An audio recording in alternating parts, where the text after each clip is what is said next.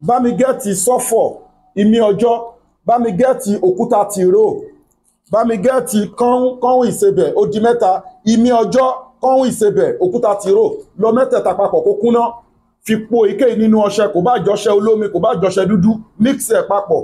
Tó bá ti mix ẹ̀ papọ̀ gbé sílẹ̀, máa bá mi ká lọ kó fara balẹ̀ gbọ́ fídíò èkó dẹ̀ fi ránṣẹ́ toró máa ṣiṣẹ́ láǹfààní gan. Ẹ mọ̀ pé mi ní fún yín lófo síwájú kó tó ṣiṣẹ́ àbí tó bá ṣiṣẹ́ ìtọ́ nǹkan tó bá lágbára fi sákàǹtì àwọn ọmọ aláìní. Account number ní fáwọn ọmọ aláìní 2044237680. Account number fáwọn ọmọ aláìní 2044237680. First Bank of Nigeria, Global Dahiratu Dhikrlahi Islamic Organization.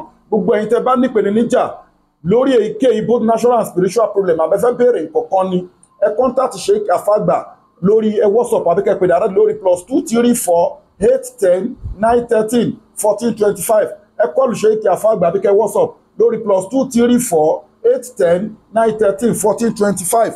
Àwọn product wà ní lóríṣiríṣi, all in one made in India, packed in South Africa, Miracle Leaf ní all in one ní Caterpillar ní Bulldozer Med Fibroid, memory booster, transformer 1100 power, àti fáwọn obìnrin tí wọ́n tó ń tẹ̀ láti lóyún tí ò róyún ní wá lọ fún full package, ọkùnrin tí ó lè perform dáadáa wá lọ fún package wa, ẹni tó ti wà lórí àìsàn ọlọ́jọ́ pípẹ́, ẹni tó ń forí kókó alátakò tó ń jẹun lójú oorun, ìbálòpọ̀ ojú oorun tó ń màmú bọ́ tó ń rí ìjákulẹ̀, both natural and spiritual problem, àìsàn ọlọ́jọ́ pípẹ́ ó lọ́wọ́ ayé nú ó lẹ́sẹ̀ ayé nú. Bẹ́ẹ̀ ni kò síbi tẹ́wà tí product wa ò dé, tá bá fún yín product tó bá pé full package lẹ́ lọ fún, a tún láwọn special package tá máa ṣe fún yín. Ètò àwẹ̀ wà tá fi yanjú kéèsì yín fún yín, ètò àdúrà wà tá fi yanjú kéèsì yín fún yín, ètò sàárà wà tó lẹ́gìtì wà tá fi yanjú kéèsì yín fún yín. Àwa ò ní kọjá ẹnu àlà Ọlọ́run, àdẹ̀ ní sick refugee fún yín láti evil world. Bẹ́ẹ̀ ni mo sọ fún yín, both natural and spiritual, ẹ contact Sheikh Afagba under Global Dahiratu Dhikrlahi Health and Spiritual Department lórí +234-810-913-1425.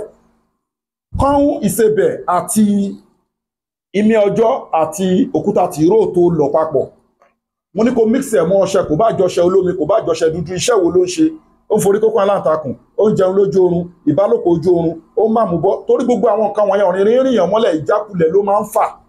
Ṣòro àwọn nǹkan tí a tò pọ̀ yìí gbàgbé o, kì í ṣe tilẹ̀ wa yìí o, kì í ṣe tilẹ̀ wa yìí o. Àwọn kan náà ni wọ́n fi ń prevent ara wọn. Ìwọ wá bí mi pé àwọn country wo ló ń lò? Ẹ pẹ́ lómi ọ̀rọ̀ òye. Àwa arìn káàkiri ayé akẹ́kọ̀ọ́, bẹ́ẹ̀ ni mo sọ fún ẹ. Wá bí mi. Táwọn bá ti ṣe powder yìí, àwọn máa dá sí liquid soap ní àwọn òmọṣẹ́ dúdú nílùú tí mo ń sọ yìí.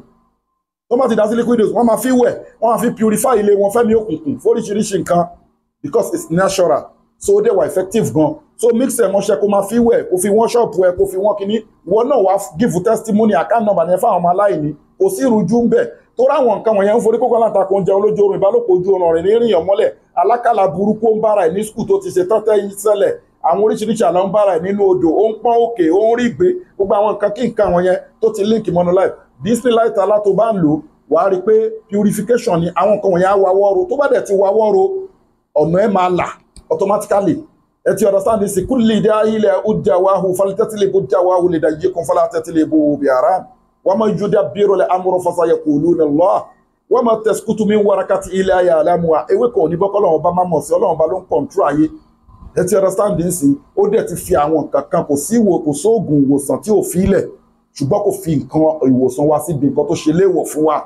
Oṣó wà, jẹ́wọ́ ẹlẹ́gbọ́lógún wà, àwọn alásàsí burúkú wà tí wọ́n ń bu nǹkan lẹ̀ fún yàn, tí wọ́n ń fẹ́ nǹkan sínú afẹ́fẹ́ fún yàn. Lọ ṣe ọṣẹ yìí, innahu yarakum huwa wa qabiluhu min haythu la tarawnahum. Ògùn tẹ́ni tó ń ṣọ́ ẹ, èṣù àtàwọn kọ̀ǹpánì ẹ̀ wọ́n ń wò yín bẹ́yẹn tí ẹ̀ lè rí wọn. Yẹ́tẹ́ka bá tún ṣe ìtọ́nu mìíràn mass, wọ́n ń fọwọ́ kàn yàn, wọ́n ń kásà sí tìyàn. Lọ ṣe purification ẹ má fojú di, ṣé ẹ fáwọn èèyàn kan jàǹfààní ẹ̀. Èké nínú pé ní níjà, ẹ pé Sheikh Afagba, Canada lẹ́wà ní America la anywhere tó bá òkè wà, àwa máa send kan DHL làwa ń lò, even within Nigeria, DHL la fi ń deliver, àkínfin kan wá rán mọ́tò.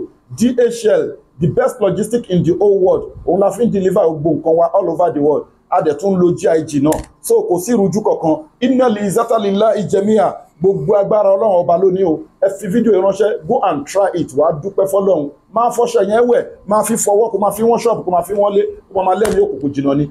Mo ní di kọ́mẹ́ǹtì tó rẹ máa ń pè, ẹ máa ń dúpẹ́, but ẹ máa kọ́mẹ́ǹtì tẹ bá ń lo iṣẹ́ wa, ẹ máa kọ́mẹ́ǹtì káwọn èèyàn máa rí pé àwọn onítàrújú èyí tá ń ṣe yìí à ń ṣe sílẹ̀ fún sádàkọ̀ járíyà ni wọ́n pè, tó rọ́jọ́ tá a bá ní símọ́ àwọn tá a ti kọ́ táwọn náà bá ń ṣe táwọn èèyàn wọn náà rí tí wọ́n jàǹfààní bẹ̀. ó máa jẹ́ ládá fún wa àti fáwọn èèyàn tí wọ́n bá lè contact wa ìdí nìyẹn tá a fi ń ṣe gbogbo nǹkan wọ̀nyí kì í ṣe pé bóyá anything àbí láti fíìmù àbí kankan no ẹni tọ́lọ̀ ọba ní bọ́mọ́ ó máa kú ni in yansurkumullahu fala ghaliba lakum wa in yansurkum faman zallazi yansurkum min ba'dihi wa 'ala Allahi falyatawakkalul mu'minun allazina qala lahumun nasu inna an-nasa qad jama'u lakum fa'akhshawhum fasadda'u imana wa qalu hasbunallahu wa ni'mal wakeel.